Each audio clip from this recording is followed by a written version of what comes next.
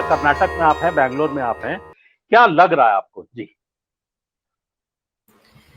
जी जो आखिरी दौर है, अब 2 दिन का प्रचार का समय और बचा है, 10 को मतदान होने हैं।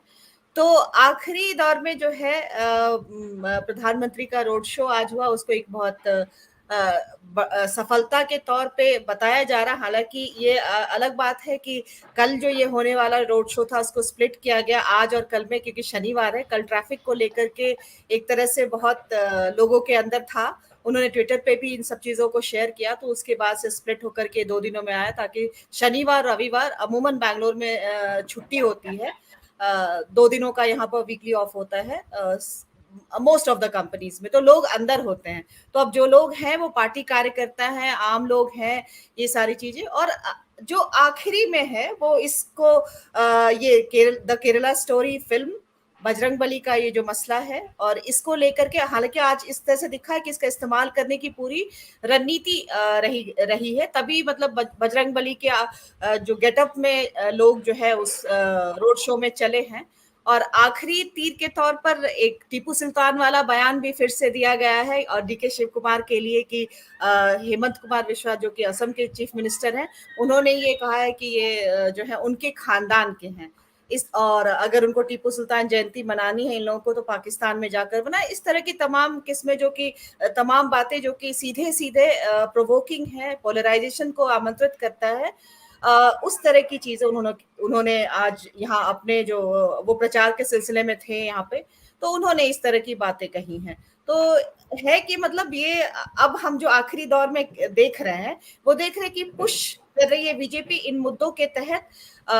उनको भी अंदेशा था कि मतलब बिना उसके काम नहीं चलेगा। अमित शाह ने भी पहले 150 का मार्क रखा था कि 224 विधानसभा सीटों में से 150 भाजपा जीतेगी, फिर उसको उन्होंने डाउन करके 130 पर लेकर आए।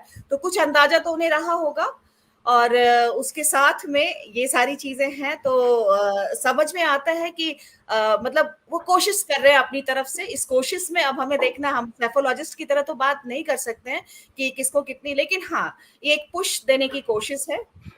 इसका असर हमें देखना होगा। ग्राउंड लेवल पे जो लोग हैं उनके मुद्दे वही हैं। 40% जो करप्शन का मुद्दा था, गैस सिलेंडर को लेकर लोगों के अंदर जो दाम बढ़ा हुआ है उसको लेकर के बहुत ज्यादा, और ये जो डिवाइड का मसला है उसको लेकर के भी जो आम जनता है, जैसे आप बात करेंगे सब्जी वाले वेंडर हैं या दुकान वाले हैं, या फिर जैसे कर्नाटक का जो पूरा किराना का जो है वो पूरा केरल के मोपिला मुसलमानों के हाथ में बहुत ज्यादा है।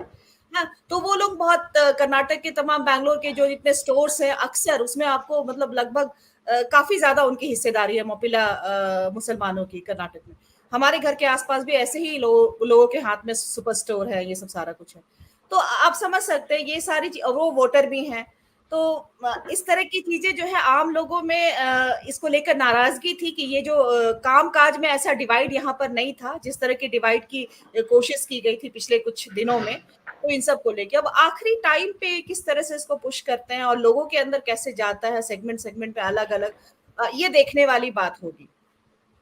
जी किसी ने सवाल पूछा था कि भारतीय जनता पार्टी की जो स्थिति है, आपको लगता है कुछ पिछले बार से बेहतर प्रदर्शन कर पाएगी? पिछली बार से बेहतर प्रदर्शन मतलब मैं तय रूप में, हम लोग एक पत्रकार हैं तो इस तरह से तो नहीं कह सकते हैं कि मतलब क्या होगा, अंतिम निर्णय जनता के पास है। लेकिन जो नाराजगी है वो तो बहुत मतलब थी। जी अब आखिरी वक्त में क्या कि कुछ लोग ये भी कह सकते हैं कि ये कांग्रेस की तरफ से गलती हो गई, ये जो बैन वाली बात है। हालांकि उसका उन्होंने डैमेज कंट्रोल करने की कोशिश की है कि उन्होंने उस शब्द को हाईलाइट किया कि उन्होंने जैसे कहा है, और उसके बाद ये भी चीज डिफेंसिव मोड में आना कि मतलब हम उसके बाद हनुमान मंदिर बनाएंगे डीके शिव कुमार का। तो इन सब मुद्दों को वैसे भी उठा रहे हैं कि मतलब उन्होंने कहा कि और सारे पैरामीटर्स पे पिछड़ा हुआ है, तो उस पे काम जी करने की बजाय आप ये कह रहे हैं। तो ये चीजें हैं, लेकिन हाँ मुकाबला टफ है, कांटे का है, जी ये अंदाजा भाजपा को भी है।